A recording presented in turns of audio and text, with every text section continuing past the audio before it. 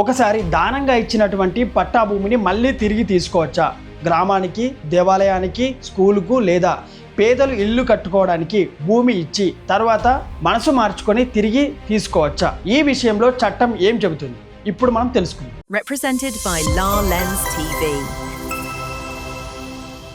మనం విషయంలోకి వెళ్తే భూమిని దానంగా ఇవ్వడం అంటే సాధారణంగా గిఫ్ట్ డీడ్ ద్వారా యాజమాన్యాన్ని మరొక వ్యక్తి లేదా సంస్థకు బదిలీ చేయడం అని అర్థం. ఇక్కడ క్లియర్. ఓకే, రిజిస్టర్ చేసినటువంటి గిఫ్ట్ డీడ్ ద్వారా దానం పూర్తయి దానిని స్వీకరించిన వ్యక్తి లేదా సంస్థ అంగీకరించి దాత తనంతట తానే ఆ భూమిని తిరిగి తీసుకోలేడు. ఎందుకోసం అంటే గ్రామ అభివృద్ధి, స్కూల్స్, దేవాలయం లేదా పేదల కోసం దానం చేసినటువంటి భూమి కూడా అదే సూత్రానికి లోబడి ఉంటుంది. అయితే గిఫ్ట్ డీడ్ లో ముందుగానే కొన్ని షరతులు, కండిషన్స్ పెట్టి ఉంటే లేదా ఇద్దరి అంగీకారంతో రద్దు చేసే అవకాశం ఉందని స్పష్టంగా ఉంటే అలాంటి సందర్భాలలో పరిస్థితిని బట్టి చర్యలు తీసుకోవచ్చు. ఇక్కడ మరో విషయం ఏంటంటే మోసం, బెదిరింపులు, బలవంతం లేదా తప్పుదారి పట్టించి దానం చేయించుకున్నారని నిరూపించగలిగితే కోర్టును ఆశ్రయించి గిఫ్ట్ డీడ్ను రద్దు చేయమని కోరే అవకాశం అనేది ఉంటుంది. దానం చేసినటువంటి భూమిని తిరిగి పొందాలంటే ఎప్పుడైనా వెళ్లాల్సింది సివిల్ కోర్టు ద్వారా మాత్రమే పరిష్కారం పొందాల్సి వస్తుంది. ప్రతి కేసు